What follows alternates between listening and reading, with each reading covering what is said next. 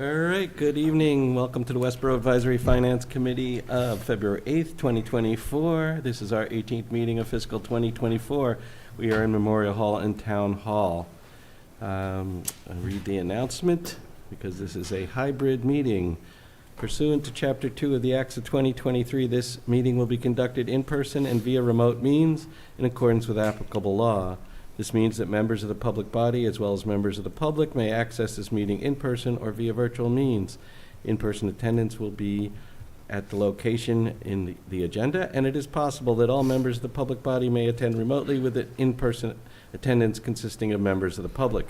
This meeting may be accessed remotely via the link in the agenda.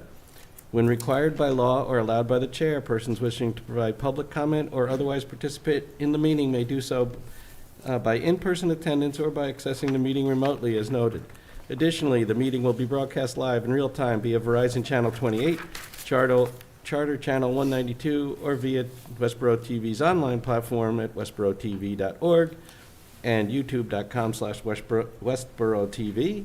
This meeting is being recorded and live streamed by Westborough TV, and we thank them for their support. Okay, our first order of business is a visit from the Westborough Historical Commission, and Christian Hedrick, the chair, is here, and we have a presentation that I can share. Hello, good evening. My name is Christian Hedrick. I'm the chair of the Westborough Historical Commission. So I sent yes, okay, there it is. I sent a little presentation over here just to give a little visual character to what I'll be talking about tonight. Can I advance the slides here, or should I ask? I think you better tell me because I don't. Okay, sounds good. Sounds good. All right, so let's start off. I just put the first. You guys obviously are already familiar with the warrant articles. I put them in order from beginning with 12 and 31. Did you want to start with 12, or did you have a preference? Or? I would suggest you start with the one that is less complicated, which is the one of the days change. The number of days for yes, the permit. Yes, I think that's 12. Okay. Yeah. Oh, that's 31. All right, let's 31. start with 31. I think that's an easier discussion to warm up with. Yes, this one to us is very straightforward. Basically, as it stands now, this has to do with our demolition delay process. So when a structure comes up for, when a structure is chosen or selected to be demolished by a developer or some kind of property owner, and the date of the structure is before 1950, they're required per the bylaws to they have to submit a demolition request for a permit, and then once that's received, the building commissioner will send us the request for the permit, for the demolition permit, and then once we've received that demolition permit request, then that starts a kind of a clock. And we have, as it stands now, we have 15 days from the receipt of that demolition permit application to make an informed judgment based on our analysis of the structure. Sometimes that will often include, will require hiring an additional consultant to do what's called a Form B, which is a standard state form produced by the Commonwealth, and they hold a kind of a database of all the registered historic properties in the state. So typically, that's a report that goes into the architectural, cultural significance, and background and history of the structure, and then often we will receive that back, and then we'll be able to review that. Sometimes the structure already has one, and we can just pull the file, and it's not a big deal, and 15 days is reasonable. However, as we'll see in my second warrant article question, there are many properties that do not have this Form B research survey done on them. So it becomes a kind of onerous process. We have to hire a consultant. We have to try to find somebody who can get the report done as quickly as possible. And within 15 days, it's pretty difficult. 30 days, it also requires us, the 15 days is also requires us to typically have a special meeting if it doesn't fall within our normal meeting time. So that's another sort of aspect that we've had to contend with. So we were just hoping to change nothing in the bylaw except for the amount of time we get to decide from 15 days to 30 days. So that will make things a little bit, easier for us, less scrambling around, make it a little bit more sane for us to come to a conclusion, to move forward with an analysis of the building. I guess, does that make sense? Is that pretty clear? So that's basically all, that's the only change from 15 to 30 days. Is that the only slide on this? Or Yeah, on this, okay, yes. so There's I'll nothing to take show, really. questions on this article now. Gene? So I completely understand where you're coming from. Mhm. But I wonder from the perspective of the builder or whoever's applying for the permit, from their perspective, is doubling the amount of time a onerous process for them? Is it usually 30 days anyway between the time the permit is pulled and the action's taken?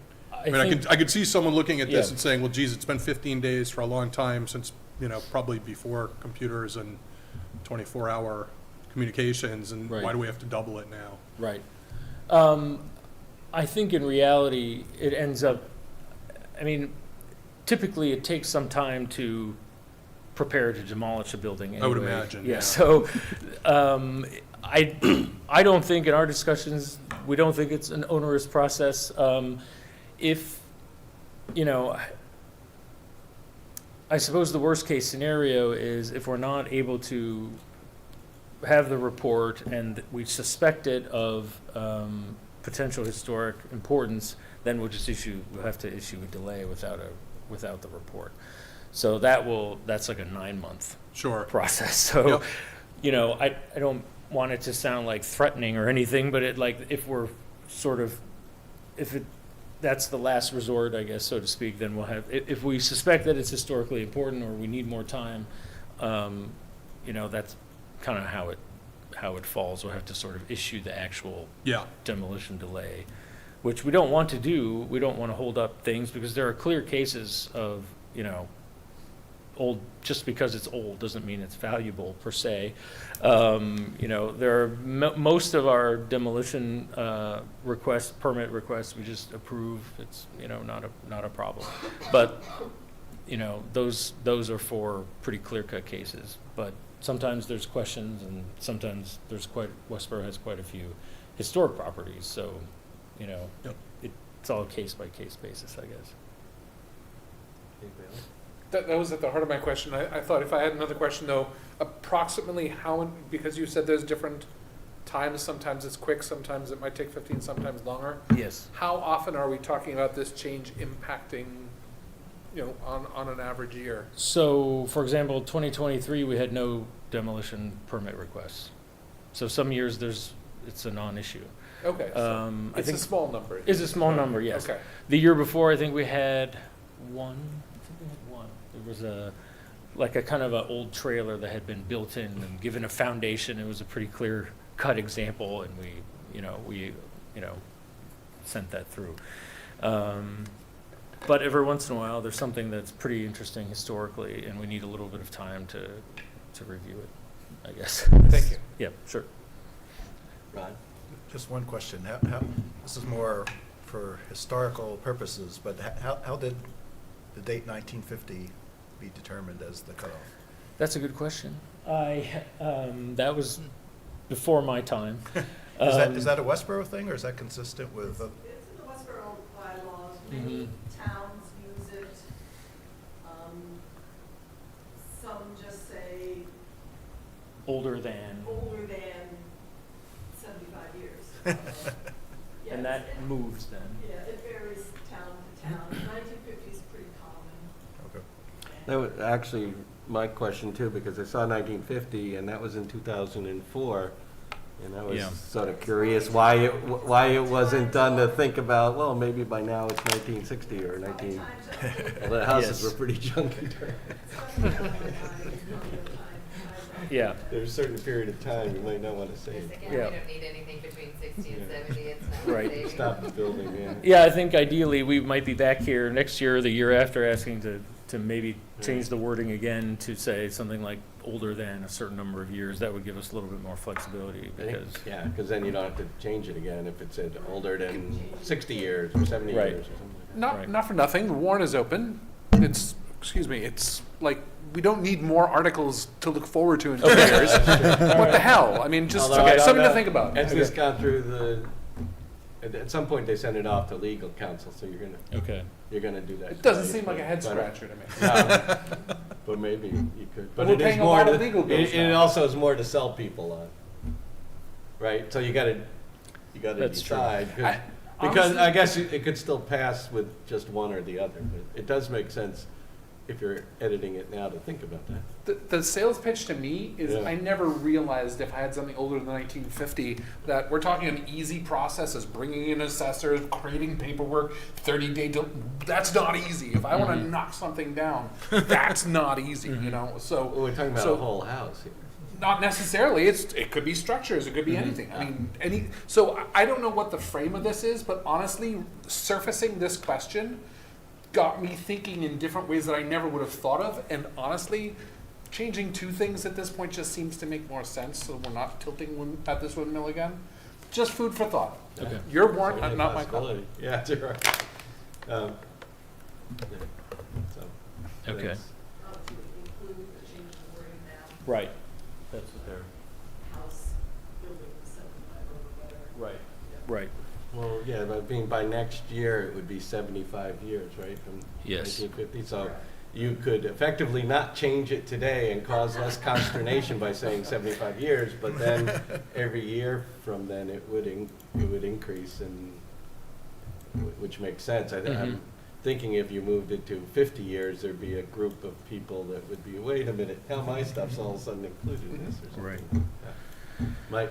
Might cause more tension, but starting next year as the same number might make Starting with sense. 75 years Yeah. at the year that is 75 years. Yeah. Yeah. Then my suggestion is hold this off for another year. If we're only getting one or two of these Well, a this year, is I mean. 2025, basically what we're Yeah. talking Yeah. about. By the time this gets Right. Oh, so it'd be through, 20, yeah. yeah, we're not okay. voting on this till end of March. It's got to go off till, you Right. saw when the stuff we voted last March got approved by the Attorney General. It's sometime in the summer, which is Yeah. fiscal 25, really. This Not is that all we're not bureaucracy, looking forward Michael. to seeing you next year to discuss. Right. Yeah. Right. well- Another change, Well, they'll be but looking Right. for something else. No, that, no, I understand. I'm just Not saying, you know, this, but maybe. if you could, We also- and you're thinking you might do it next year anyway, if there's still time. okay. Well, I can, Andrew's got a point. The warrant closes on the 27th at the select meeting, so you got, I don't know, I don't want to do math long. it closes on on March 27th? Yeah, Tuesday. 27th. Sorry, Oh, February it's 27th. closed, okay, I'm off by a month. okay, After March 27th is after town meeting. Yeah. right, Town okay, meeting yeah, on the that's true, 23rd. all right. Don't want to put out long dates, Okay, we'll talk about that, but we'll review it's that. something we could take. Thank you. Thank you. Sure. So, okay, that one, everybody is good. Questions? Beth sent me a message that she's gonna be late, so, okay. This is the other article, which is probably more complicated. Yes, possibly, or not. This has to do with surveying the properties that we were just talking about. That would make our lives a little bit easier and preparing for demolition delay questions, or just generally questions about historic properties in town, if we were to have this type of survey done. Now, the survey has been done for a certain amount of projects within town already, but there's a significant gap. And what we've done over the past year is we've compiled a kind of list. This is just an example of it, kind of what it looks like of all the properties in town. We've put together, listing out all the properties and trying to reconcile it with the assessors lists, with MACRIS, which is the Massachusetts Cultural Resource information system. That's what MACRIS stands for. So MACRIS is just this database for as a quick background that the Commonwealth runs, and you can go on the Commonwealth's website under basically the Massachusetts Historical Commission, and they have this great database, and you can put in search by town. There's all these different ways you can search. So if you go into Westborough, you can put in an address in Westborough and see if it's in there. And it will pull up what's called the Form B, which is a survey form that's done for that particular structure. It'll have a narrative in there about the building. It'll have photographs. It'll have who completed the form and all that sort of thing. So these are the key aspects of kind of our trade, these Form B forms, right? And so they have all the information done, compiled in one source for us, and they have references. So if you wanted to expand or you wanted to keep doing further research, the Form B is a great place to start. So what we're asking here for is, if you could go to the next slide, that'd be great, please. So just to back up a little bit, why we're doing this is just a simple screenshot of the master plan initiatives, the goals of the master plan, and one of our action there, NHC, is to address gaps in the existing Massachusetts Historical Commission inventory, which is what I'm talking about. So this says such as post-1930 buildings. In our research, we started to divide things up sort of pre-1900 and post-1900, up to about 1970, just to kind of start to understand how many residences, how many properties we're dealing with. And so this is just a kind of this is partly what motivated this warrant article and the beginning of our research, to try to figure out what the gaps are, which properties are not included, which ones are, et cetera, et cetera. Let's see. So obviously we're also tasked with continuing preservation and monitor, maintaining these lists, et cetera. All right, let's, next slide, please. Again, that's just sort of what we're mandated to do in general.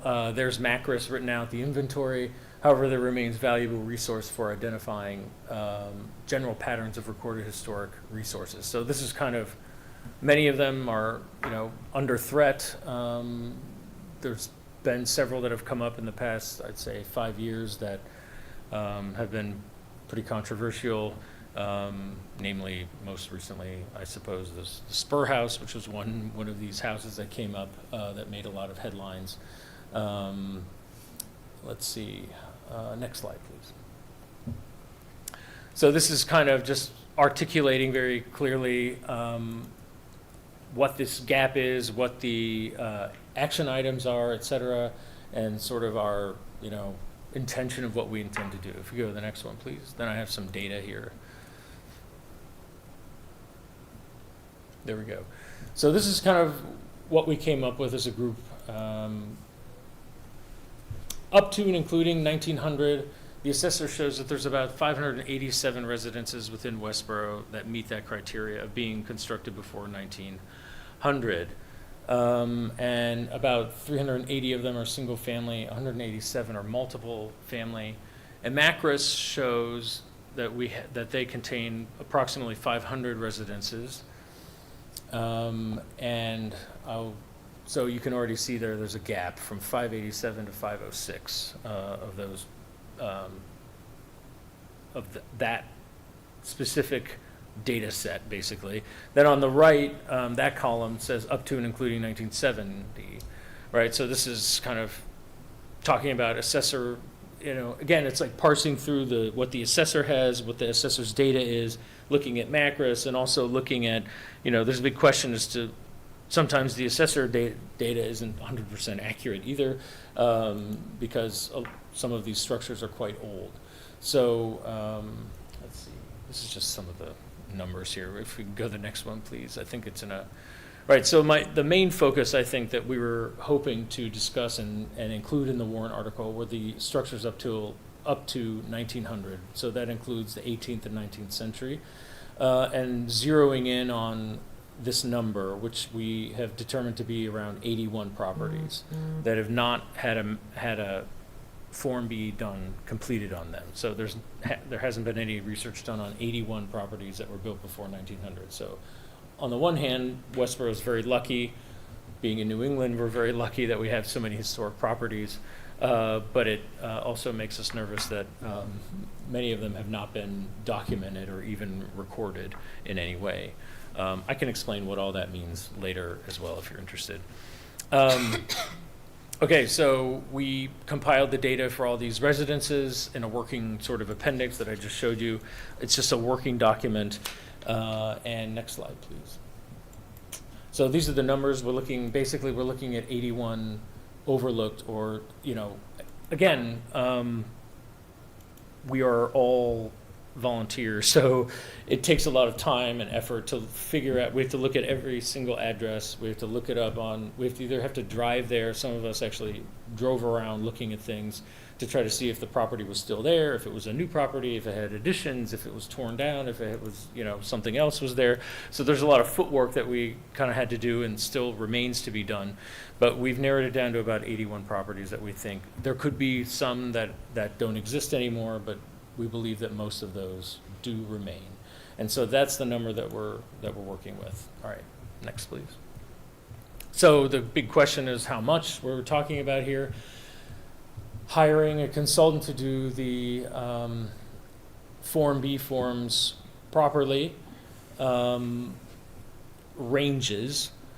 Our most recent consultant charged us about $300 to complete a Form B. If we multiply that out, that was kind of where we stand now. There are some consultants who do more. There are some who will do it for less if you add more together. So we'd have to put that out to bid, obviously, and figure out an actual number. But this is just going based on our the last Form B that we hired somebody to do last fall. And so that adds up to about $24,000. If we're looking after 1900 up to 1945 and even a little bit further, I can't remember if that's 167 properties. I believe that's up till 1945. That would be another 50,000. But I think we are mostly interested in looking at the pre-1900 properties at this point. And I think, is that the last slide? Yeah, okay. Well, yeah. And then I have an example of a Macros Form B survey if you wanted to look at it. This is generally what they look like. This is the last one we did on the golf club building because it's become an issue of debate and discussion. So we want to, for example, like a building like this, built in 1871 and so important to the town, never had a Form B completed on it. So, but again, it takes somebody to identify the building and get a consultant and have the Form B done. So that's, where we are. And these are often many pages. They have an architectural description, a historical narrative, a cultural analysis narrative, lots of photographs. You can just kind of page through it if you'd like, just to get. How many weeks did we have to wait for that? I think she took, definitely wasn't 15 days. I think it was more like 3 weeks.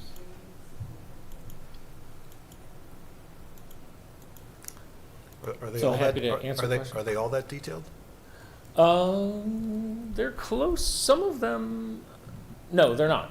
They're not all that detailed, to answer. Yeah, I'm looking at the website, and some of them have got pictures with them, while some of them are just listings. They are really nothing else but just, listings of those sites. Yeah. So, yeah, you're right. Like, some are detailed and some just are pure listings of those places. All right, any questions? I just had one question. Yes. In terms of the grants or the benefits, does the town get any benefit of adding these historical places? I totally agree and understand on the historical preservation part of it, but in terms of the grants, tax credits, etc., does the owner get the benefit, or does the benefit comes to the town as well? I suppose the benefits primarily are cultural and historical. Having a large number of these historic structures and knowing a lot about them is a kind of cultural capital, I guess, if you will. It helps the owners, because often people will come and ask about the history of their house. That's one of our functions, that we try to provide research for people who are interested in their house. If they've purchased a house in Westborough and, you know, there's this plaque on the front and it has a date, they want to know more about it, so they often come to us first. And if we have a Form B, that's a nice way to start the conversation. So in terms of tax credits and these issues, it will certainly help if somebody is pursuing that line of, you know, funding, or if they want to do some kind of addition of some sort or change something. We don't really personally, our commission doesn't get involved with tax credits and all these things, but having that report is sort of the basic thing that you need to do anything else. And so we see it as a kind of, we see it as our responsibility to provide those to the town to start the discussion, or start, you know, it gives an initial framework. Thank you. Two questions. One is, do you have to have a credential to be able to fill these out, or what's the Yes. background of the person that has to do these? So typically, you have a background, you have a degree in historic preservation. That's generally most people. You can also be an architectural historian. I'm an architectural historian, but it's not necessarily, this isn't my métier per se of filling these forms out. I probably could do it with some more effort, but historic preservationists who are more specifically trained to this task are, yes, there are like requirements about, you know, who can fill these forms out. And the other question kind of ties back to your original one. If one hasn't been filled out, it's not like we wouldn't get that information before a house would be demolished. It's just you'd have to get it at the time, as opposed to having the inventory already. Do I understand that right? I think I understand. So you're saying that we would simply just have to do it like on an as-needed basis? Right. Yeah. That's what we're doing now. Right. Okay. Yes. Except for the 500 that you've already done. Yes. Right. So I'll start with a question about, we talked about this as being a benefit to the homeowner, but if I'm also understanding it, there's some encumbrances that come with this designation that would potentially impact their ability to do renovations, changes, construction, that sort of thing? No. Or nothing? Nope. That's one of the biggest misunderstandings in our line of work. Simply because you have a Form E, or because it's been documented by the state or a historian, there's no preservation restrictions. A preservation restriction would have to be intentionally worked out. Like, for example, if the town owned a historic property, was going to sell it to somebody and they wanted to protect it, like the Spur House, you know, there might be preservation restrictions in there that you can't tear the house down, blah, blah, blah, blah, blah. But there's no, typically the Form B surveys are done without the homeowner even knowing, because they don't go in the house. They basically try to take photos from the street, if it's a public building like the golf club or something, or they take historic photos, because there's a lot of historic photos around. Unmarked vans. In West- photos, that sort of Exactly, thing. yes. Nothing weird at all. No. Generally, there are photos available. Sometimes they use the Google image online, or they'll, you know, if there's, again, every house is different and its documentation level is different, so. So help me understand if I may. The fifth change from 15 days to 30 days was to allow for work to be done, some of this documentation to be done. But if there's no downstream impact on the ability to make changes to the house or the property, why does there need to be a delay at all? Like, why isn't this just one more thing that gets done as part of the process? So why do we have the demolition delay? Is that what you're Yes. asking? Okay. Yes. So, well, in certain cases, demolition delay, the main reason for it is not only for us to compile research and do our due diligence with figuring out the historic importance of a house, historic architectural importance or cultural importance. So a house or a property can have architectural importance, or it can be maybe a prime example of some kind of style that was built, or a famous architect who designed the house or something, so it can have that kind of importance, but it can also have cultural importance. So that's more like a famous person stayed there, or the house was used during the Revolutionary War for some purpose, right? So it can have some associative value. Those are different criteria in the by the National Park Service. They have these designated criteria. So the demolition delay is not only for us to do the research or pull the research together and kind of, discuss the importance of the house, try to figure out if it's important to make the decision. But ultimately, if we do decide that it is important and somebody wants to tear it down, then that creates we have to, basically, once we initiate the delay, then that creates a need for a public hearing, an open hearing. So basically, we would present all of our data and our research and say, this is a significant house that shouldn't be torn down because of these reasons.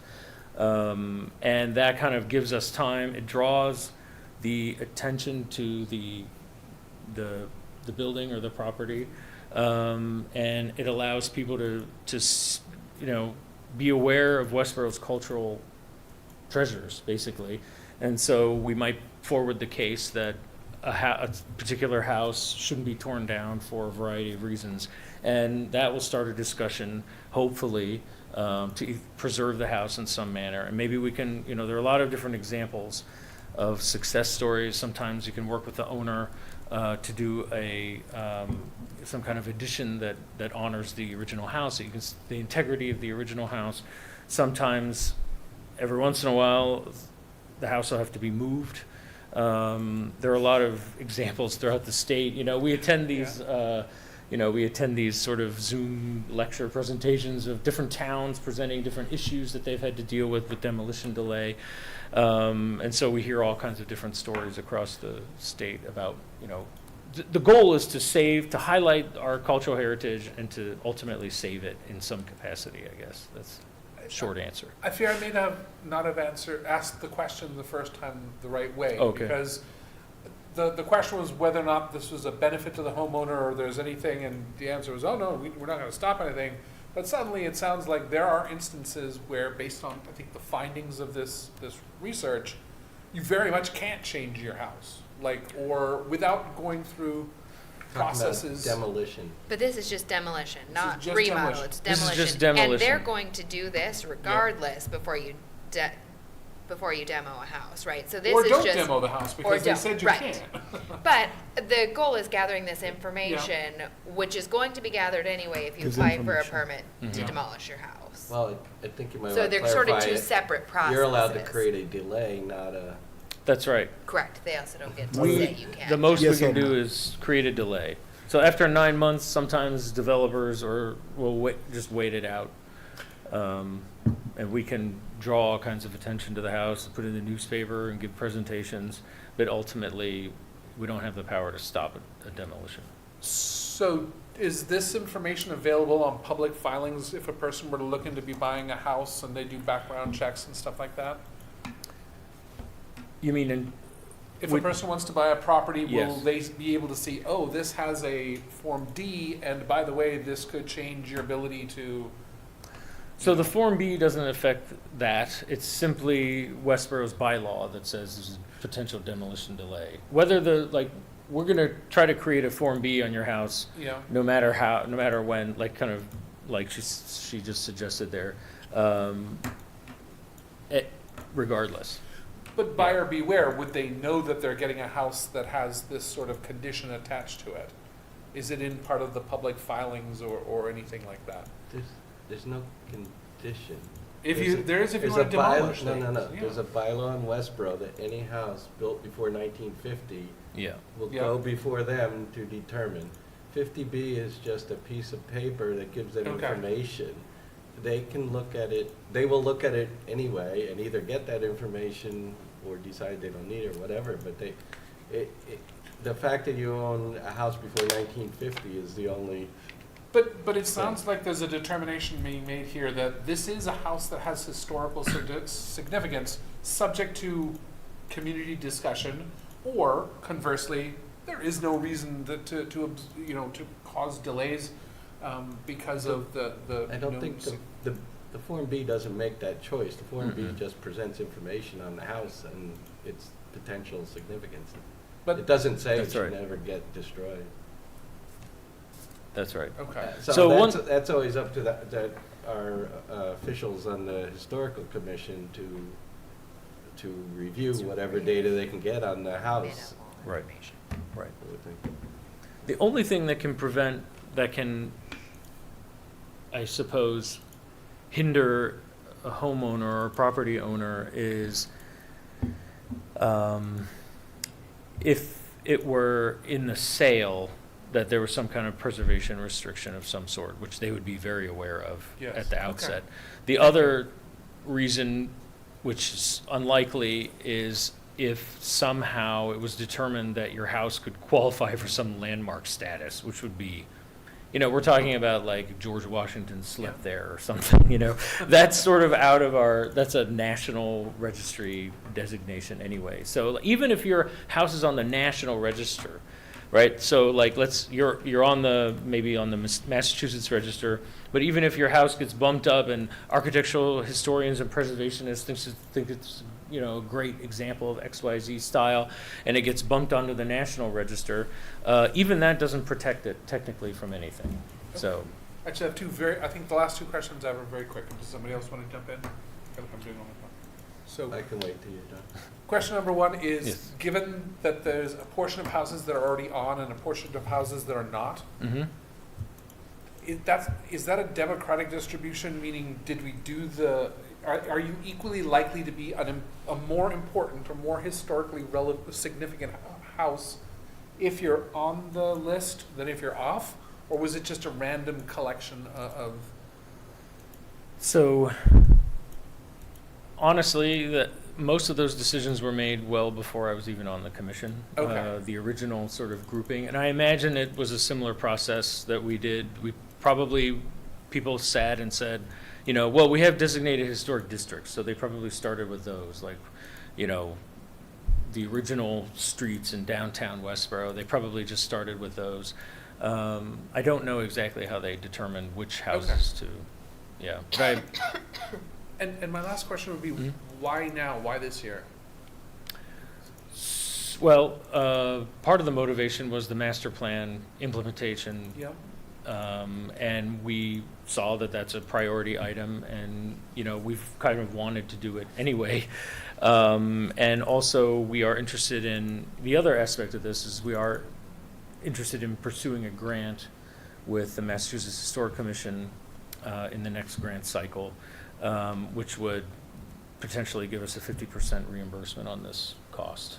So, When would you know about that, the successor or inability to get that grant? well, it's a grant that they have every year. And so we started to try to apply for it. This year, it was a little bit difficult. We had some internal issues that sort of held us from applying for it this year, but we're intending to apply for it next year. And basically, that is presenting all this information I'm presenting to you to the Massachusetts Historic Commission. Then they would weigh that grant comes as a reimbursable thing. So you have to have spent the money. The town has had to have already spent the money to then. So potentially, we could recuperate 50% of this cost. We can't promise that we'll receive that grant, but it's possible. Thank you very much. Sure, That's a sure, lot of questions. sure. Appreciate it. Sure. What's that? Okay. In disclosure, I live in a 1729 home, so I'm in trouble here. Okay. My understanding is that often these Form Bs are somewhat inaccurate because of what you sort of explained, pictures from the street and things like that. So when someone shows up, is there an opportunity to get, I guess, twofold question. One, how sure are we of the 500 something that are done that they're not woefully out of date because when they were done 30 years ago, things have changed? Right. And do we need a plan, I guess, to update them? And second, does a person that is coming before able like, I guess this is like hypothetical builder that wants to tear the place down, they could bring more realistic, maybe, pictures then, because I'm thinking you get a different picture of, say, the country club building by looking at it from the outside and Yes, touring the basement or something. right. And so how's that handled? So, the majority of the content in the Form B is done through research. And what happens is, due to the lack of access to the interior, often the preservationist historian will discuss that and say, if these elements are present on the interior, these sort of aspects, then it could qualify for another type of criteria. So, for example, with the golf club, she primarily found cultural significance and wrote a big thing on its cultural historical significance for the town and for Massachusetts. But she wasn't able to find, so there's like provisions in there that say, if this type of structure is found within the interior, then it might qualify for this, criteria as well, X, Y, Z. So there are limitations of the Form B. They're not by no means perfect. And you're right, a lot of the old ones, a lot of the original ones, we have the original ones done. We have an archive in our office of all of them, and they have black and white photographs, and they're stapled on there, and they're, typed with a typewriter, and so, there are mistakes in any of these things, and, maybe someday we'll be coming again to sort of redo them, because the state will accept redone, or corrections or additions and things like that to them. So right now, we're just trying to get as many documented as possible, so. Yeah. Does that answer your question? Okay. And you make your decision not just on the Form B, you make your Right. decision on material that whoever's involved will present to you. Anyway. Exactly. Yep. Because we'll look into, we know most of the sources, the historic sources about Westborough and all the books, and, we have a pretty good idea of all that. So we sometimes will start looking in that, but every once in a while, a Form B will produce like they'll have a bibliography, and every once in a while there'll be a source in there that will be like, oh, okay, I didn't realize that was dated there. For example, we just completed some cemetery work, and we had to go sort of nationally to try to find one of the sculptors who did one of the headstones in there, and we tracked him down through another book, no Westborough reference had the sculptor or the sculptor shop as to who produced these gravestones. So we had no idea. So we had to look, do basically extramural research to try to figure out, and then we found that it was a local workshop in Boston, and so so it was shipped here. Many of these headstones were shipped from a workshop in Boston to Westborough. So it's the process of doing research. Every project is different. Every house is different. So. Well, I feel like this coming to town meeting and coming here and probably go to the select board meeting, I guess, at some point too. It's good for people to understand what the historical commission's doing in town, because it's educational as well. Yeah. And you said a lot of volunteer time involved in doing Yes. this stuff. Yes. So we certainly understand that the idea of a 15-day thing for a volunteer board is different than a full-time paid company or a town employee, because you got a lot more days, and in our off-season, we don't meet very often. Okay. We meet a lot now. Yeah. But- You're meeting like twice a week now. Right? Yeah. But we I have try one not to comment. meet when we don't have to. I just have one Yeah, comment. go ahead. And first of all, while you're here, I want to thank you for your work on the Spur House. That Sure. was, that wasn't the developer that wanted to do that, that was the town Right. itself, so. Right.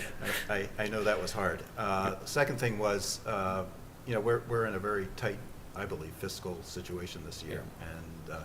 And I am very cautious in terms of the amount of money we spend on free cash. I wonder if there isn't a scenario that, we put $10,000 for it this year, and then, you do however many, and then do a little more research to find out, is it really 81 or is it 65, or, Okay.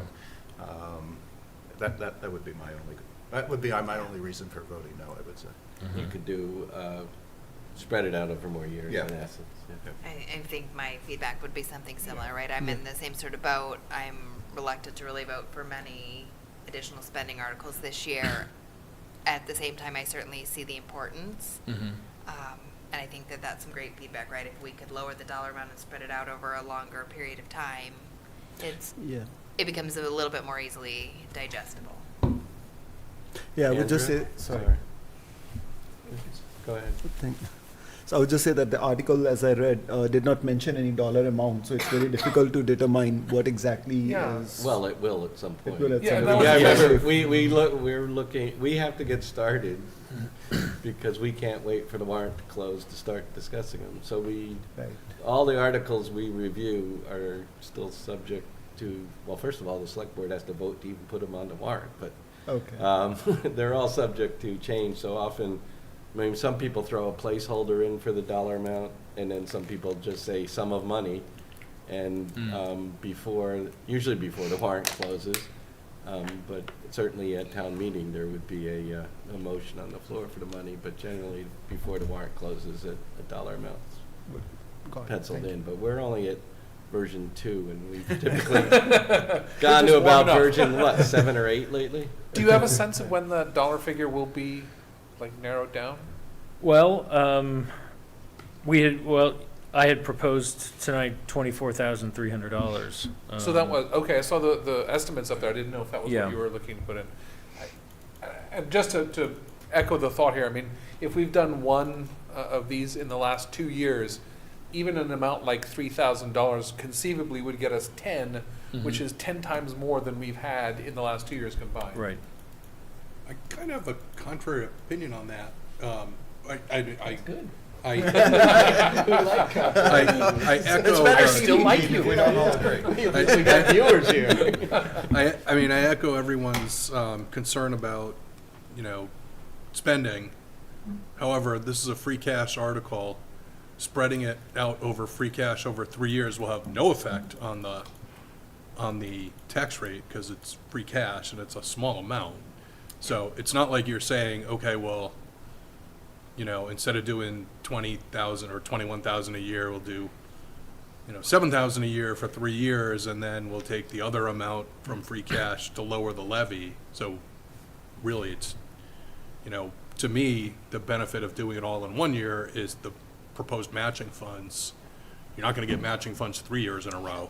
That I know. Yeah, well, and there's Well, I don't also- know, but I suspect that you wouldn't get matching There's funds a 3 years in a possibility row. of getting, if you offered somebody to do 50 of them, getting a rate that's Yeah. lower than, Right. 10% off them or 20% Right. off them, because the person's going to be employed on 50 Right. different things. So, That's- so again, it's your warrant, it's your article. You heard some feedback about spreading it out over 3 years would make them more inclined to vote for it, but, for me, that wouldn't be a compelling argument Okay. to vote in favor of it, so. But just Because of the reimbursement and because of the free cash effect. But just to confirm, this grant comes every year. It's not like this is a special grant coming in this year and next year, but this grant. Typically, it's every year. It's every year. I think every once in a while they skip a year, but it's pretty reliable. Got it. Thank you. That's a state thing, Yes. not a national. And it's designated for surveying this kind of work, generally speaking. Okay, no further questions. I'm going to suggest we don't vote on this yet because one, the one that is on the, well, both of them might change, so Okay. I think we might as well wait a bit on it. And but it was very helpful for you to come by and teach us all about this. Sure. Yep. We So appreciate I it. haven't been here before, so what's the What? process? Do we formalize the article and then submit it to you, or? Oh, not to us. Okay. We're not. Well, you have to vote too, don't you? Yeah, but We vote recommendations to the town Right. based on the warrant. I see, But okay. with the warrants all go through the town and we're Right, just, right. I think I'm I'm in looking front of at the select board next Tuesday. right. And they're the ones who have the authority to put articles on the warrant. Right. All except citizens petitions, which are Right. like, automatically on. Okay. But And so isn't this our- already on the warrant? It's on the Nothing- draft nothing's warrant. on the warrant. Nothing's officially on the Oh, there is warrant no until the warrant select on it. board. So you'll we're submit voting it, on and other the things, select or board will we're voting on- Yeah, but finalize if and they close come the off, they warrant. come Once off. they Right, yeah. finalize and close the But I mean, if warrant, you had a then number, we'll you have could that vote on final it, right. version, and that's when we'll Right. start voting I see. on warrant articles Okay. that we anticipate. So- And we're really just voting our recommendation. Right, right. And Okay. some of these we have been voting all along because they're, the backhoe for the DPW is not going to change between now and the Right, okay. warrant or something. Okay. And, Last year's tax bill, or and- last year's bill that was right. received by the country So club we- is still gonna be. We try to get those out of the way early, Okay. and the more complicated ones, zoning articles and other ones where the stuff's still in the air, Mhm. library, schools, things like Right. that, we will probably do it very close to the end. Okay. So there's no hassle for us to wait, and at least especially if you may consider the wording of the years thing too. The, Whether or not you're gonna look at the bylaw oh, and change it to be 75 years right, versus right, the right, thing, right. it would be better for us to just vote on that at that time, and that's it. All the work you have to do from here on out is with town manager, Yeah. the Okay. town, not with us. We're Okay, just- okay, We're gonna vote later, so. okay, great. Yeah. Wish you luck. All right. Unless you do something crazy and we have other questions. Right, Ah, and okay. if you want to come back for some reason, you're welcome Okay. to just contact me. and Well, it's we- fun. We have plenty of meetings. Okay, sounds good. All right, if that's it. Thank you. All right, thank you very much. Thanks Appreciate it. for Thank you. coming, and Thanks thanks for for your your volunteer work. volunteering Thank you. on the board. Appreciate that. Okay, the next thing I would like to take up, I wonder if I can find this. I sent out from Deb Ledoux, the town, there's an article paying for the elections and town meeting. Used to be part of the budget, and now it is, Recurring. it's gonna become a recurring article because of its variability. Whoa, oh, I think I can escape there, that's it. Okay, so I'm gonna try and find,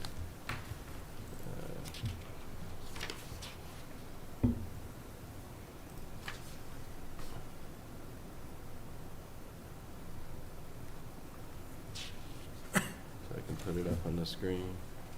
Might be best.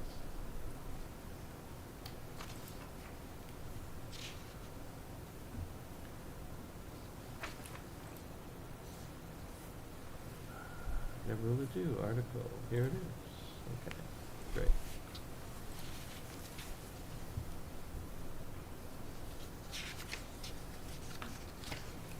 Okay, open file.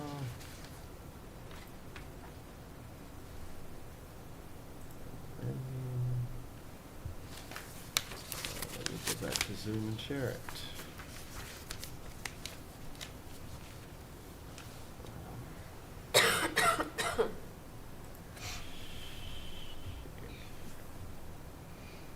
Memorandum, yes.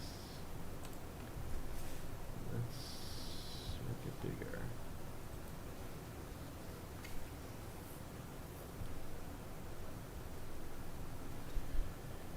Okay. This election memo is in response to your questions related to what is in the 106,900 in elections and town meeting article. There are 3 scheduled elections and 2 scheduled town meetings in 2025. So the elections budget contains money for both. And here was a detailed list. So the point was, when we first looked at it, we were interested in a detailed list. And that comes out with that money there, which is basically handsets for the meeting, a big number, it's 2 meetings, so that's 33,000. Printing ballots, and then the rest is stuff. So, a lot of it being wages, and because this year we have, actually this would be next year, right? Yeah. So how do the wages work? Oh, Whose if you look wages? on the second page, she broke it all down for us. Oh, The, She so kindly gave us a summary of the Nice. hours that were needed to be worked and the days and the requirements for staffing. right, It ends up being 138 hours. the poll workers get paid nominal amount. Where is it? Page 2. Oh, what is involved? How many I early see. voting Early days, voting hours? days. I guess my only So, question. on- Fiscal 2025 will be next fall, which will include the presidential voting, obviously, and therefore early voting. So when you, I don't know if any of you have early voted, but I've done it. And basically, you come in, it's like going on the day of vote, except for there's only like 1 or 2 people here, probably 2 usually. It's like one And- precinct's worth of Yeah. voting machines instead And you of, check in and you Yeah. get your little thing and you put it through. But that's for like about 2 weeks, I think, ahead of things. The primaries are obviously in this year's budget, right? Yeah, because they're coming up next month. Before. yeah. But this would include that, and then the next spring, which would probably just be a town election, and the town meetings. So here she's detailed, and that's how she calculates it every year, I guess, or they calculate it. And they do how many people and how many days. I guess my only question there was, are we still supposed to send this postcard to every resident, every voter? Or is it like, I remember there was a process a few years back where I used to request for them to send me a mail-in ballot so that I can go, I can put in the vote rather than, being sent. Yeah, so my understanding is they send you a postcard, and then you have to request. So they don't just send stuff to Stuff. people, because that's far more That's- expensive than a postcard. Right, exactly. But the postcard might, I don't know if that's a requirement or not. It would be a question for Deb, that they have to, but they certainly, that shows that they've written to the people at the address and have warned them anyway. So it'd be hard to complain. Got it. So, Yeah. I may be missing something here, but 42,550, I can't make the math work either. there's 138, divide that by So 138 even hours? if she had 138 hours, she said 3 to 4 workers, so if I assumed that was 4 workers, 138 hours each, Oh, I would still be at $75 an hour. 77, actually, but, I can't make the math work. So I'm missing something. okay, so Or it's we. not just me. It's not just you. Okay. Well, that's, So what would those you like hours to- are for early voting in person, the explanation. Yeah. and what The are they? wages include election days, early voting, and vote by mail. Oh, so that she's just breaking down a portion of what's in A that portion of number. the additional hours, yeah. So she also talks about vote by mail, increased staffing. So how do we increase, who's the increased staff? These are the volunteers or somebody else? I don't know whether it means that they end up working essentially extra hours in the town clerk's Probably office, right. Saturdays, Sundays. My recollection was that, like, when they're open, one of them has to be here. But I'm more than happy So the- to ask. Which would make sense. Deb You can wouldn't tell have us all that. temporary workers. So The the only early people voting voting. hours is early voting, extra hours is pretty straightforward. Yeah. There's clearly a lot of work to do with the Right. mail-in voting. Right. And I The don't explanation, know- she doesn't break down how many hours, but it's clear that there's Right. extra hours involved, whether that's Right. overtime for existing people, or they bring in temp workers, or, that part's not clear. But that explains why you can't get to your number, because you're only Yeah. accounting for a portion of the extra salary. Yeah, I think the poll workers get a certain Yep. amount that they. Yep. And they get a That's, sandwich right, or that's the something. third leg that we didn't Yeah. talk about, yep. You wanna just But say there's a everything? lot of poll workers on the actual day of the election, because you're running the six precincts. And you're there from 8 in the morning till 8 at night, so. I know I'm in the minority here, but while I really like to know the exact vote at town meeting, and I write it down and I keep track of it, it's not worth $30,000 dollars to me, and I don't think we save a single minute of town meeting time by having them.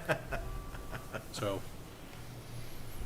I would do away with that $33,000 expense and just have people hold up their paper So I've voting only slips like we've done forever. I've only experienced it with the handsets. Is it significantly faster than it was? No. No? The only thing that's faster is if you have to do a count. So So if you have a close if vote, You have to count, it's at least like a half hour faster if there's a large crowd. Yeah, because if there's a thing that needs a 2/3 vote, like let's say the library thing last time, if it's not obvious to John, and that's a hard thing to judge if there's a big chunk of the people, and certainly the last one wouldn't have been obvious, it won by four. But we hand counted that one anyway.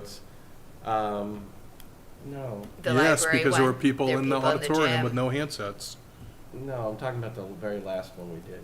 The community This- center this- was a hand. community would have center, been you said a- the library. Would have been hand voted. You're Yes. right, the library Yep. was already hand voted. No, I'm talking about the one, But the yeah, you're right, library the one that community passed, not center. the one that. Oh, You're talking, Yeah. I'm talking about the one this last spring. Anyway, when those things do, yeah, like you said, it's a half hour of break and interruption. There is some people that like the privacy of voting without, raising your slip. It didn't change. There was more of a rumor of that, because I was here in town meeting before these things came, and there was often people saying, well, people don't vote against the police budget because they have to stand up with their slip of paper to say no.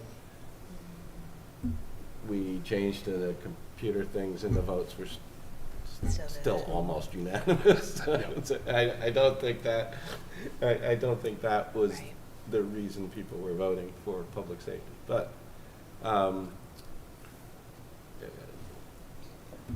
it is an expense, but it is the town legislature, and we're dealing with, we're voting on probably $30 million worth of stuff, and making that a more exact practice to me has some value anyway. With the, So we could with do the it at the devices. spring meeting and not the fall meeting. We could. The problem is the fall meeting's gotten bigger and bigger, but yeah. well, and it's not just, And also remember, I've already taken under advisement that it's expensive, and we just haven't had a chance to get general consensus about how cheaper and what the problems are with cheaper issues. So, I certainly understand the discussion, but I also want to let you know it's not like once this town meeting is over, one of the full-time things that I work on in terms of my moderator job is going to be getting to the bottom of what the options actually are. So, just don't know what they are yet. So I wonder, do we know what the mechanism is for people in the town or the community to provide feedback for thoughts on where their concerns are with the election process? Like telling an election worker, is that getting fed back? And I ask that because 9 people in this committee, 5 people select board, John, there's a few people that may believe that what we're doing is just fine, when the majority of this town, I don't know of their mechanism to provide feedback.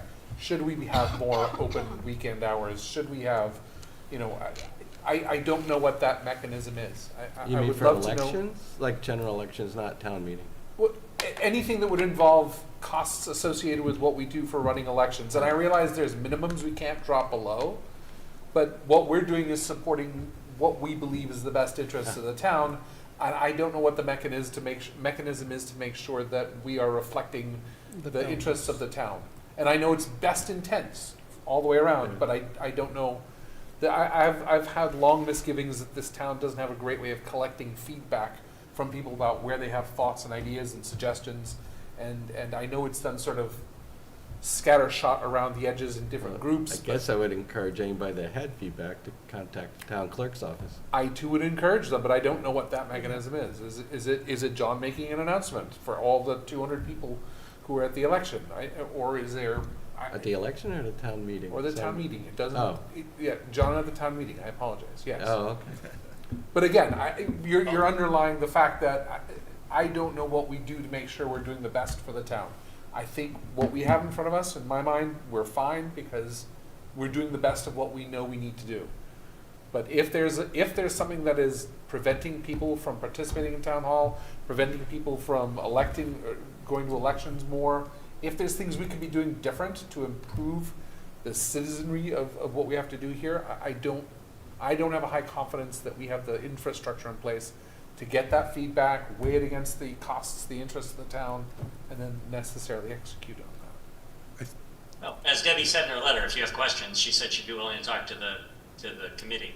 Since she's in charge of all the elections and checking in voters, I can only speak about town meeting, and that's that there's a feedback form that they keep at the check-in desk that if anybody comes and speaks to anybody about having ideas or feedback, they're either given a form and asked to fill it out and return it to the town clerk's office or to me, and I know I review all those. I've had people email me directly.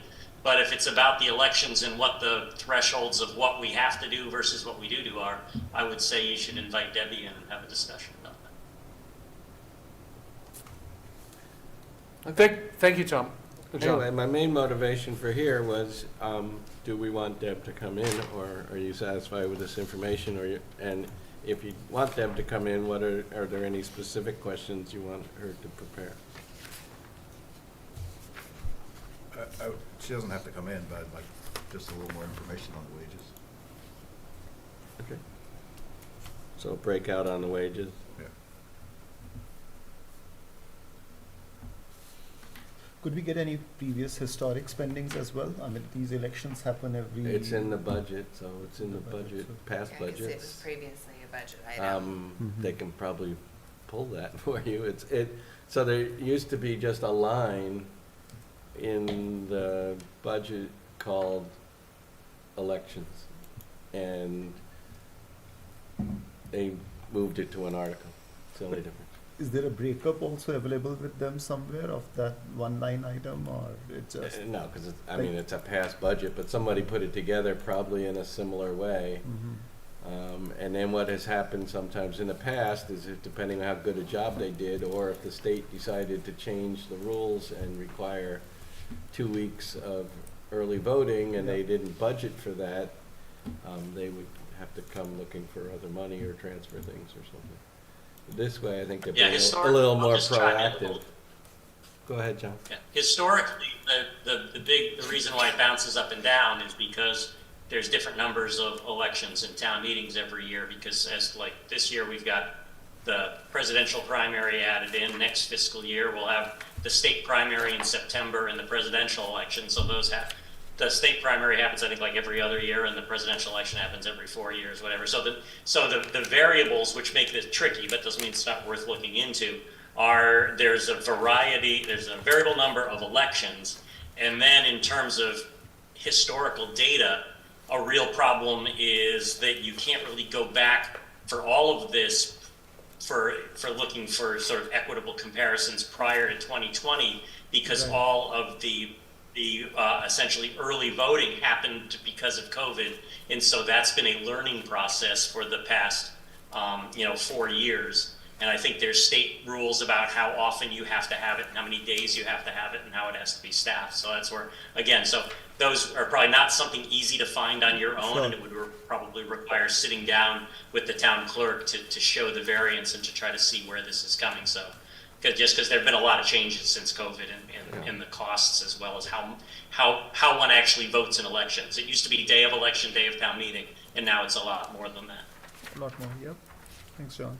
Yeah, and then every other year in Massachusetts, we just have local elections, which are almost nothing. So instead of having a budget that zips up and down, they decide to do the article where it's more thought out, and then also coming from free cash, and apparently when the state reimburses us money, it goes into the general fund, which ostensibly would fall into free cash. So it's a better way to wash the state money, I guess.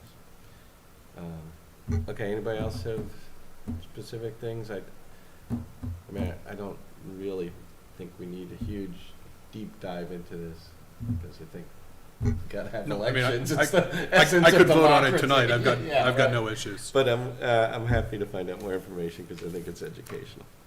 Okay, so we'll So get a little what- more information before we vote.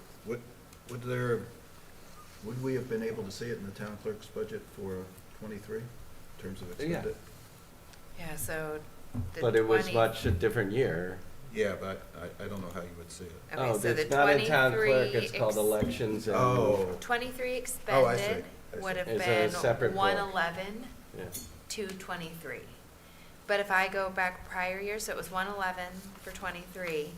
The year before that, it was 45. Right, The year before which that, it makes was sense. 66. The year before that, it was 50. So even It's exactly what accounting we're for saying. variances, it was still a huge jump in 23 compared to even the Yeah. off-cycle years Extra before. town So it meeting. is a dramatic swing Oh, because of those staffing changes. 14 Dramatic- days of early voting is a dramatic big number of change. different numbers of elections. I mean, you'd have to go back 4 years to see how it was different the last time there was a presidential primary and presidential election year. Because what really probably would help would to know the average per election cost. Yeah. And I think it's been noted in the finance committee books, or at least in the reports, if you dug through minutes. It used to be when Wendy Mickle was town clerk, I think she would usually put in her budget how many elections there were, and I don't recall. I think Okay. Deb does that too. Honestly, But I I mean, I think, think really it would be what's the cost per election? honestly, I think it's over-analysis because we need the elections. There are rules now. They're doing early voting for the primary. So of course our thing is higher this year because, I mean, we're not gonna be meeting here on 2 different nights coming up at the end of February because this room would be used.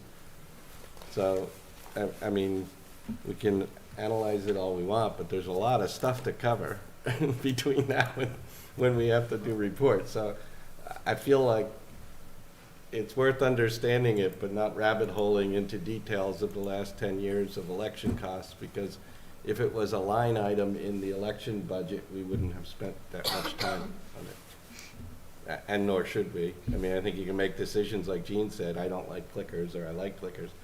But honestly, all the rest of this, there's not a lot of choices for us. Well, I don't think. I don't know. I don't know if I completely agree. Without Well, understanding. That's how the- good, because we don't always completely, that's fine. No, I'm just no, saying no. how I feel, I don't need you to agree with me. And to that end, we'll stop sharing that. and,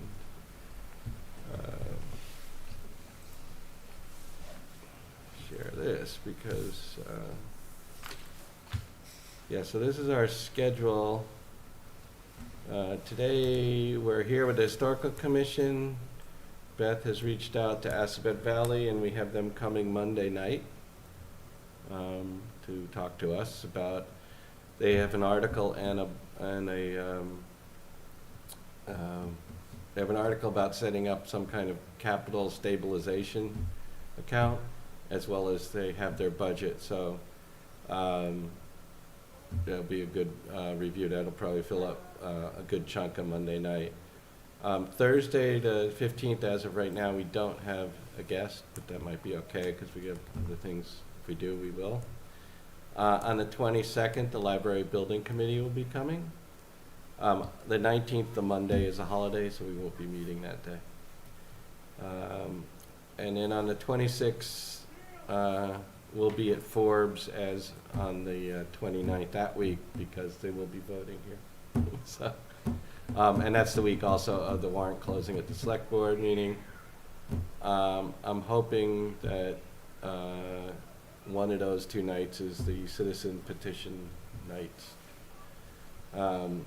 So there are some other people we gotta hear, and I gotta start figuring that out because there are some articles from people like planning, there's zoning articles, there's all sorts of stuff to cover, and we will run out of days. March 14th is gonna be our last day to get anything printed, added to be printed into the R&R, and that's kinda getting late.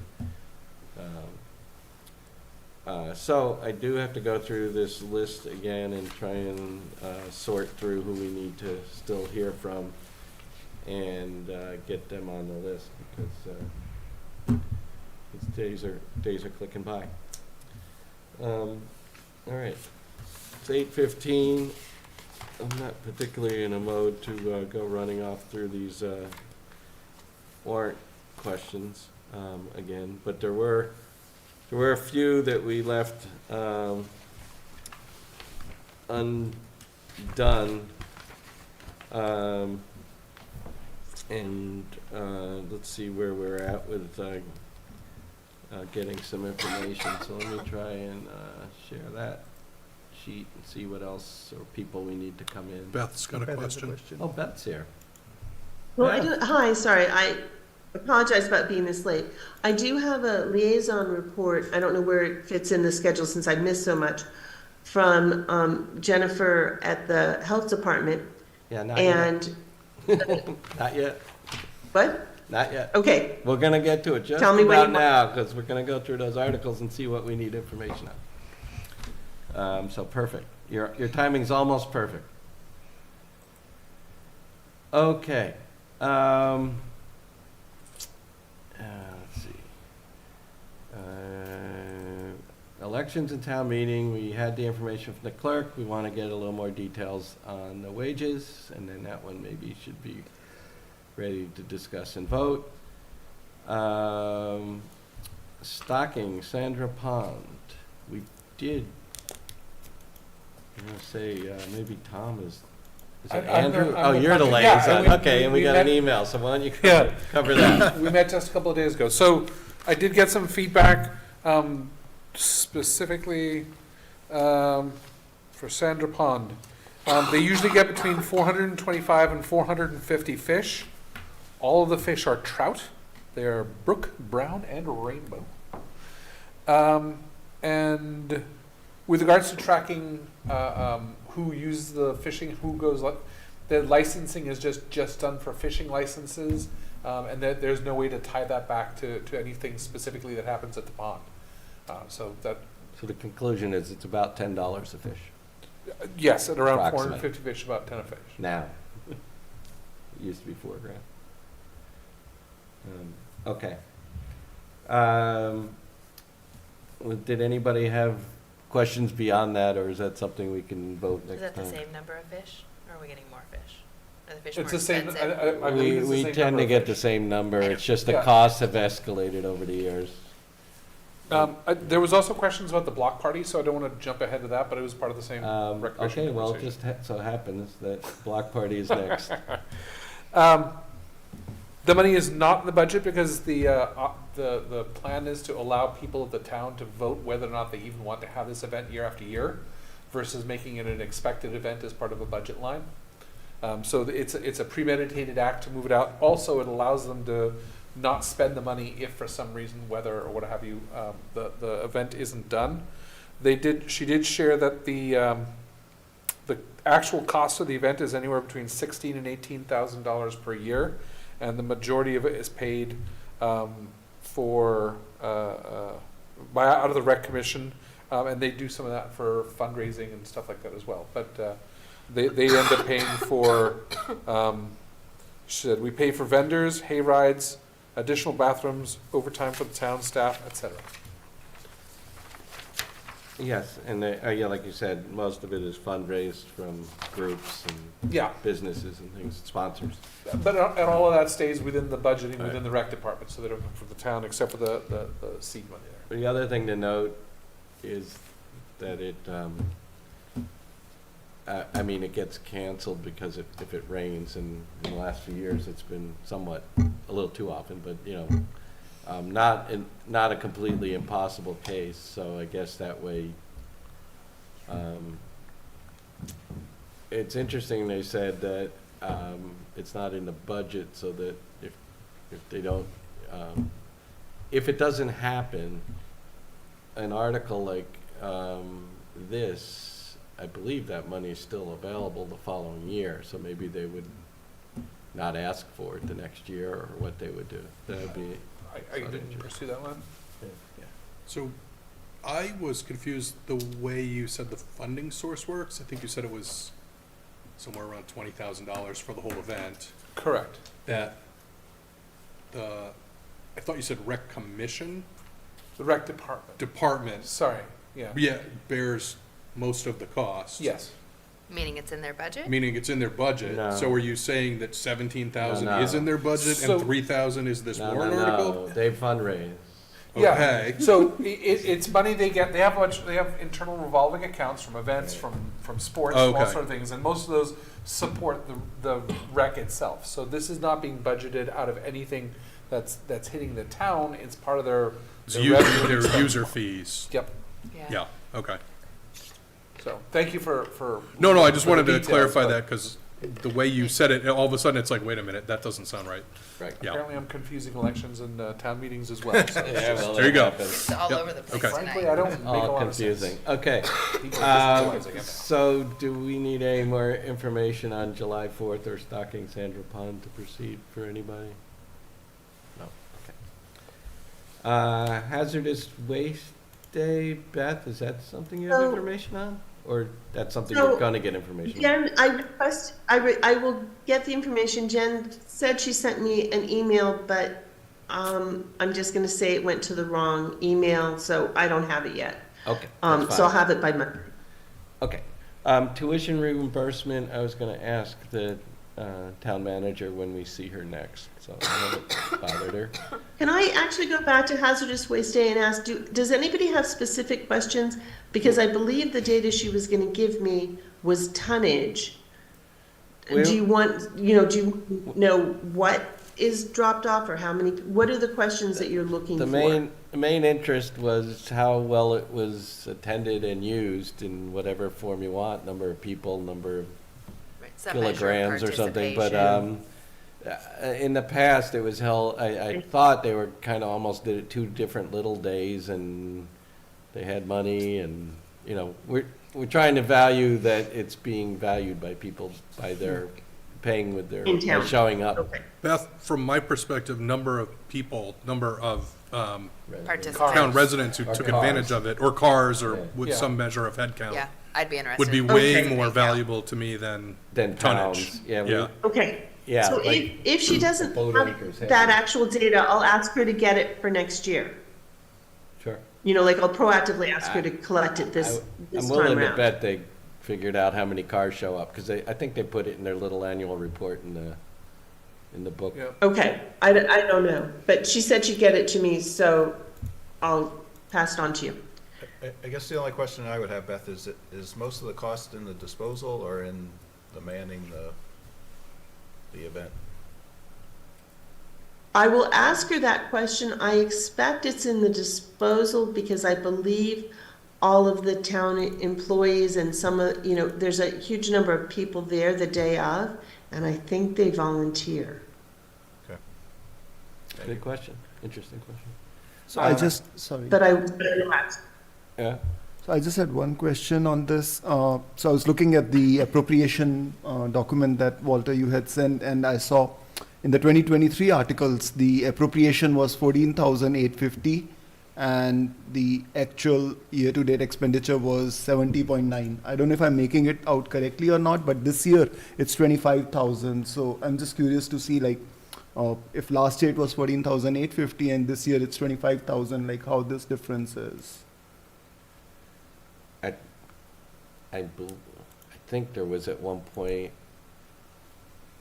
leftover money or something. I don't know, you can ask them. Yeah. I don't know. Okay. I don't recall it. Good question. I still prefer the idea of doing this every other year and just letting the town know this is an every other year thing, so if you have to hang on to your hazardous waste a little bit longer. It's not sitting in living rooms, to be clear, but that would allow us to have more people likely attend the event and reduce. Actually, Well, less. That's why I'd like to know whether, if there's as many people kind of coming as could Yep. during the period, then your statement is Oh, inaccurate. If there's So not that's a enough different people question than showing we've up, asked, yeah. yeah. Right, if there's a line around the corner and people are coming, Because then I think it's I worth found paying often for. that I'm not available on the day Yeah, I they was gonna happen say, to I've missed the randomly last pick, 2 and I years. think every other year would be every 4 years. Right. Right. I'm concerned about that as well. But Yeah. it would be interesting to know if, I 'Cause believe, sometimes they gotta close the I gate, believe the right? firm that does it, they charge by what's dropped off. So having it twice a year, if the same amount was dropped off, would cost the same as having it once a year. No, because they're paying for Possibly. people as well, too. I mean, unless it's, all I the think cost is that, in. I think the disposal I know when I have to get rid of hazardous materials, I pay by the material, not, not by the hour. But I think we might be staffing the drop-off. All right, let's stop, which is We might great. be. let's stop speculating, and either Beth can ask or have the person come in that's the expert. Good job, Walter. Because us talking about stuff we don't know is not, just ask, let's ask questions, not I got other things I don't know about. speculation. Okay, mobile column lifts, there's a little bit of an update from Gene, and I can email at least something on that, I think, to everybody.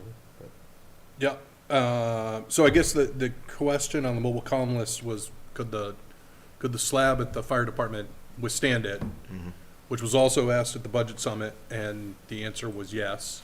I did ask the chief to clarify that.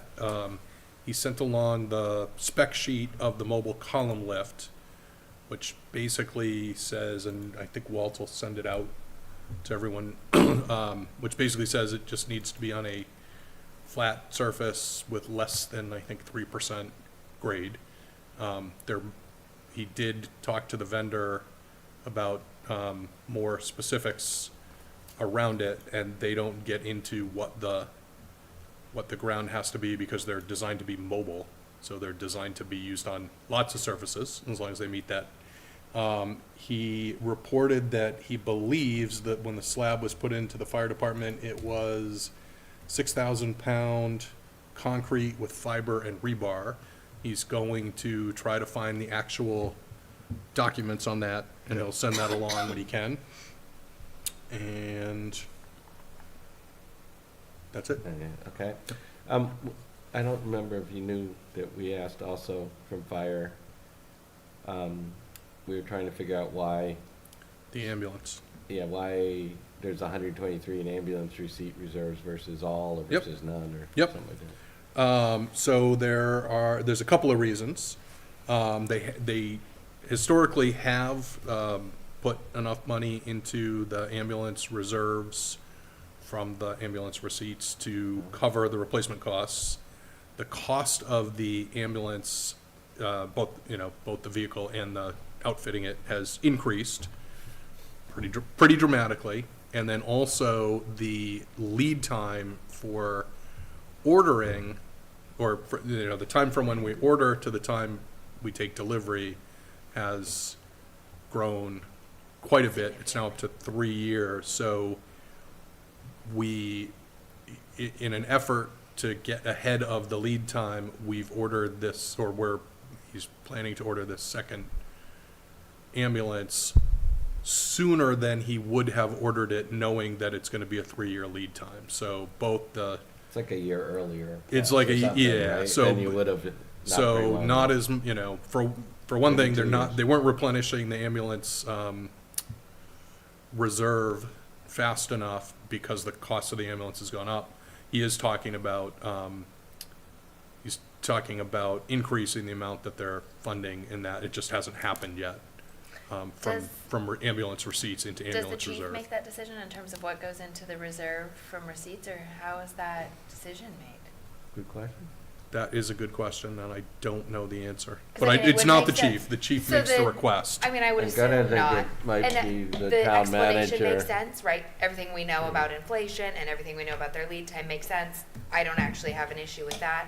My only question would be, so how are we proactively avoiding that next year, right? How are we increasing them? Because we know their receipts are increasing. So he is addressing it. Okay. I don't actually know how he's addressing it, Okay. whether that's straight through the town manager or the town manager and the select board, or if it'll come to us for a vote. To be honest, I don't know the That's a good mechanism, question. but he is. 'Cause we do the other but he reserve, is- but yeah. Right, we do the other reserves, but I don't remember anything about the ambulance reserve. I'd be curious to know how much is in the ambulance reserve. I would guess 123,000, Roughly. but it's Yeah. worth Oh, valid, right? yeah, I think they're yeah. taking the rest and then asking for free cash to pay I the see. difference, Yes. which makes sense. okay. Yep. Yeah, no, I have the And same question. and that's where I don't have an issue. I would feel comfortable even voting it. It's just a question of what do we do to not be here next year?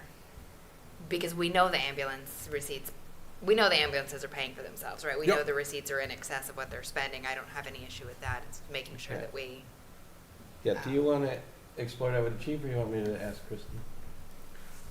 I mean, can go either way. See if you get the same answer. I mean, we know it's being addressed, Yeah. but we can Right. get into the details about how it's being addressed if you want. I mean, Look, Like, I agree, it doesn't have anything to do with the article, it's more Yep. about right, information. has nothing to do with Okay. the article. so we're saying we're okay on 11C. Yep. Right. yep. And we can find out how the ambulance reserve, and how the Chris- money flows from the Christie will ambulance be here receipts to someday. reserves. We can ask Whenever. when she's here. When I'm she curious about the comes. I process. gotta We ask can her when ask she wants that to when come. we have an opportunity to ask about it, yeah. Right. Right, and I can ask ahead of time so they know we're interested, or she might just tell me. I was gonna say, it'd be-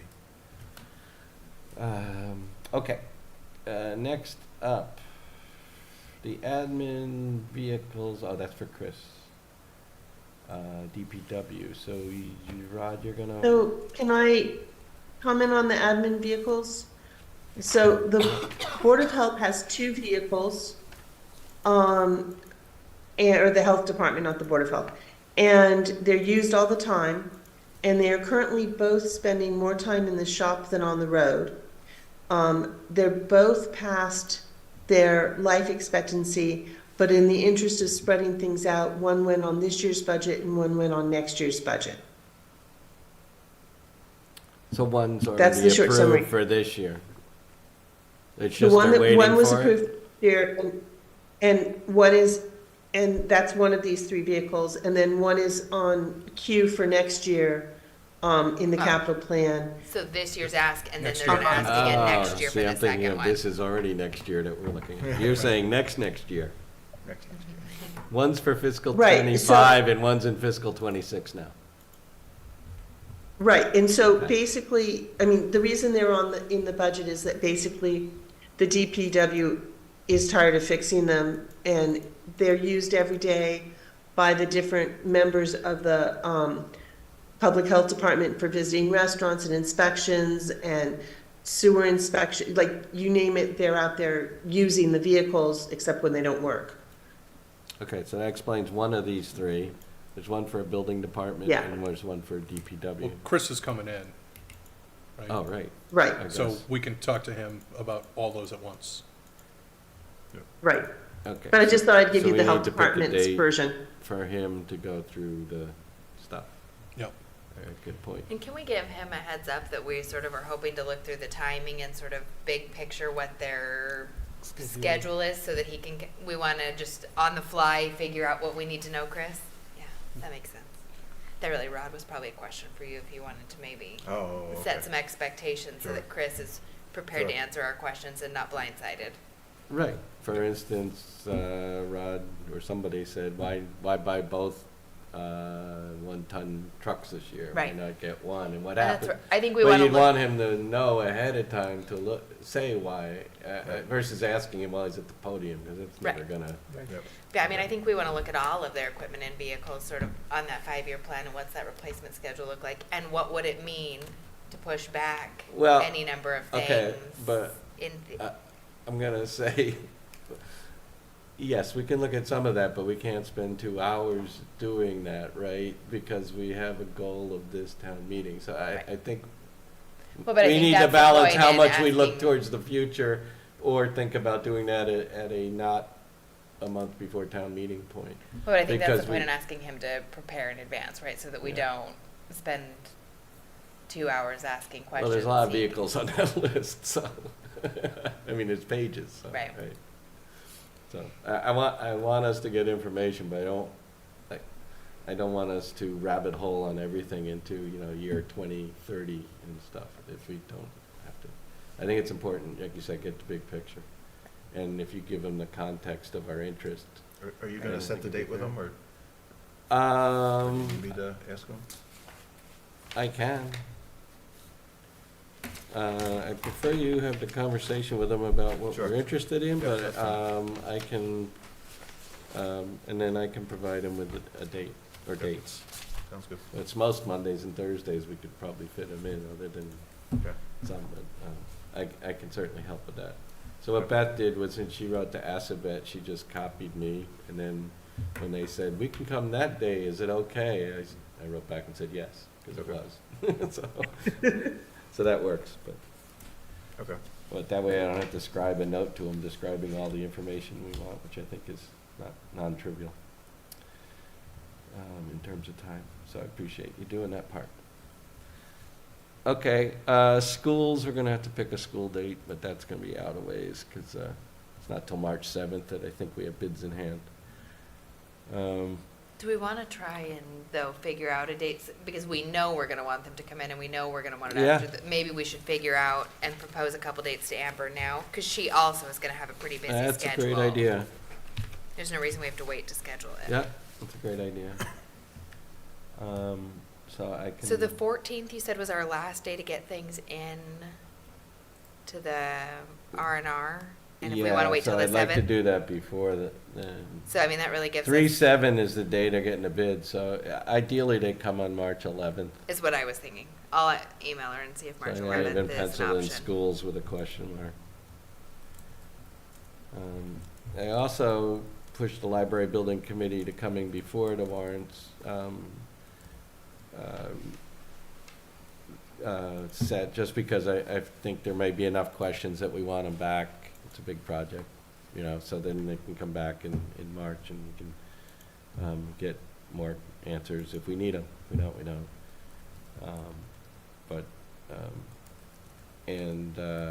I think, oh, anyway, I'll get to there when we get to that article. Let me go back to the articles. I don't want to rabbit hole myself. This open space and rec plan study, it's the, I don't know, We don't have the dollar amount. yeah, we're still waiting. Okay, so, and the carbonation study, I think we gotta, well, we'll wait till those get more finalized and get more. Library repair design, I can talk a little bit about. I don't know that I have the real numbers with me. But I will give approximate numbers. The design ask at town meeting is approximately 1.6 million. And the gross estimate of the total projects is approximately 15.2 million, which includes money we already spent, that design work plus construction. There's about a $550,000 addition if you can't get the exemption on the front steps.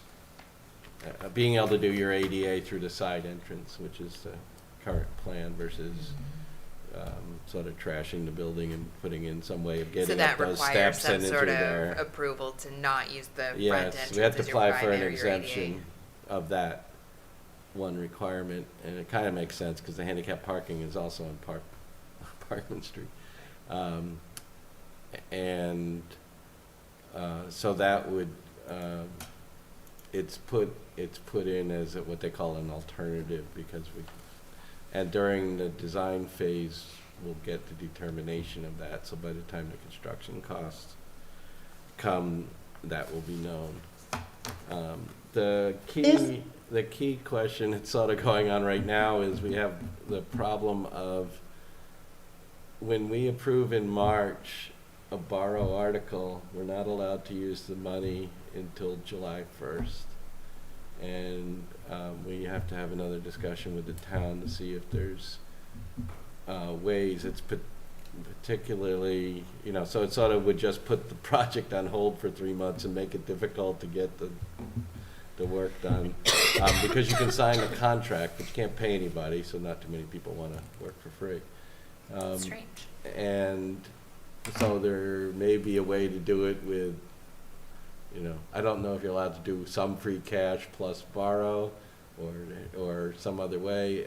It's particularly true with like the construction grant, because you're just waiting 3 more months to get started. So anyway, the total amount of that design work it would be the same, it's just if you could get started in those first few months, and the same with the construction. But it's an interesting thing And I that's guess, being looked at. is the library building considered a historical part of Westborough? Do we also have to have the historical commission weighing in? And if We're not- there's a conflict between the, We're not tearing it down. okay, but if there's but if you're modifying the facade, because the historical commission usually cares about the outside, and the ADA cares about the outside and entry, like, are they in conflict, or is there some resolution that works? I'm sure it'll be fine. I don't think the historical commission actually goes around telling you what you can do to the buildings, But they, to Beth's point, they potentially would have input if we added a ramp at the front entrance. yeah. Yeah, Which is part of the reason why he asked for the exemption. Right. right, Because the which would probably historical- drive up the cost of the ramp, yeah. Well, we Significantly. certainly can, a lot of the work is what would be non-visible, which is roof work, interior work, and so wouldn't do their thing, but if you were gonna do that. No, it was just yeah. it was the ramp on the front stairs Yeah. that had me wondering if the historical commission Well, was gonna somehow weigh I'm in. not sure it's a ramp or it's a lift or it's a something, but it's a something that you need. Yeah, a launcher. And I have no question that the ADA needs to be complied with, but I wasn't sure if we needed to comply in an aesthetically pleasing way to the historical commission. Well, it- So right now, they're trying to apply, be compliant through the side entrance is the thing. And you leave the front Okay. entrance because it looks pretty. And people that can climb up those stairs can still use it, but the public can come in through the side entrance and get access to an elevator and be able to roll around. But the reality is it won't comply if we don't come through the front entrance. You get an exemption for not applying, for not Coming through complying. the front entrance. Right. Well, your front entrance doesn't, yes. But by not coming through the front entrance, you're not complying with ADA. Which makes sense, right? To tell a person because you're disabled, you have to use the back door Right. is sort of goes against the spirit. Granted, the way our library is set up, it does seem reasonable to grant an exemption, right? It's not some shady back door that we're making people in wheelchairs go through, right? Like, it still looks Well, nice and it's you don't want to go to the accessible. back doors too close to Rod's house. But you can go through the side door. Anyway. Okay. So anyway, they'll be here on the 22nd. And hopefully in the next week, we know more about the other stuff. We have to get people in from this commission on, when they're gonna have money and things for this, I think that's, which is Open Space Committee, that's what it is. Okay. So, we'll find out more about that. These DPW articles that I'm highlighting here, I don't know if, we didn't discuss those yesterday. Are there ones that we need more information on that from Chris? We did also cover these at the, The one I have concerns about is the route line, water line route. Water line. Water line route 9, there we go. Yeah, I think there's another way of going about that. I okay, would so, prefer. when you ask Chris, ask him Okay. that you're gonna wanna ask questions more about this article, water Okay. supply improvements. Okay. And we wanted to wait on the Zara Drive because that was a concern over, resident issues. Does anybody else have any concerns on water management improvements, sewer system improvements, sewer system design, or acceptance at Ed Waters Way? Having Nope. had covered those, okay. So I'm gonna take this one off the, if I can figure out how to do that. Just make that unshaded, okay. So it's the big one, right, Ron? The Yep. 2.5 Yep. million, okay, that'd be easy to remember. Okay, Assabet Valley is gonna come in, next week and talk about their budget line in the budget. Probably an update on the school, and also this, is a stabilization fund. I'm assuming that they probably started realizing someday in their future that they're gonna have to have some kind of capital projects there too. And, maybe if they start, I don't know what the theory is, collect a little money here and there, so by the time you need it, it's not as painful or something, I don't know. We'll find out. Planning department will have to have in, I guess. How about this assessors one? It seemed pretty straightforward to me, but I don't know. You wanna have, John in for that? Has anybody looked at that yet? Well, think about it then. It's usually just the, okay. That one we covered. The finance department, I think we're good on. Historical commission we talked about tonight. And we have to do these bylaws with the conservation and, did we cover this bylaw, the wetlands with the conservation when they were there? I Was think that so. big, huge I think it was the article? really big one that they simplified and took out Yeah. paragraphs and paragraphs. Yeah. Do we want more info on that? No. I mean, I don't know that I'm the person to determine if those changes make sense or not, even if they gave me more information. Okay. So I'm with Rod. But, we probably might wanna hear from the planning board on that, cause we didn't Yeah. hear anything about that. Okay. And, so far the warrant hasn't been updated yet, so. Alright, that's enough for today. We have, are there any liaison reports aside from what we talked about? I can provide a snow update. Oh, cool. There's Thank you. snow update. We started the year with $673,636, and we have $237,619 left. So we're two-thirds of the way through the year, and we're two-thirds of the way through two-thirds of the way through the snow season, maybe. Spent two-thirds of the. Do we have any idea how much snow has fallen in Westborough? It's not in our report, it's all about dollars and how much salt we use. Yeah, we could do dollars per inch, is that what you're looking for? Essentially, I mean, like, because big storms, how do they compare to, a bunch of small little storms? Not that it matters, because we have no control. It's not like we can schedule our storms. Yeah, And honestly, there's a lot of things that go into that budget that are not specifically storm-related.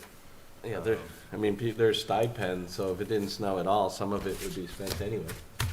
And Ice there's- is not very thick and it still needs treating. Yeah, Yeah. and there's a lot of vehicle repairs. I mean, I think, A ton, yeah. yeah. Although maybe that has to do with how much they're used. Yeah, I don't know. Or they're old.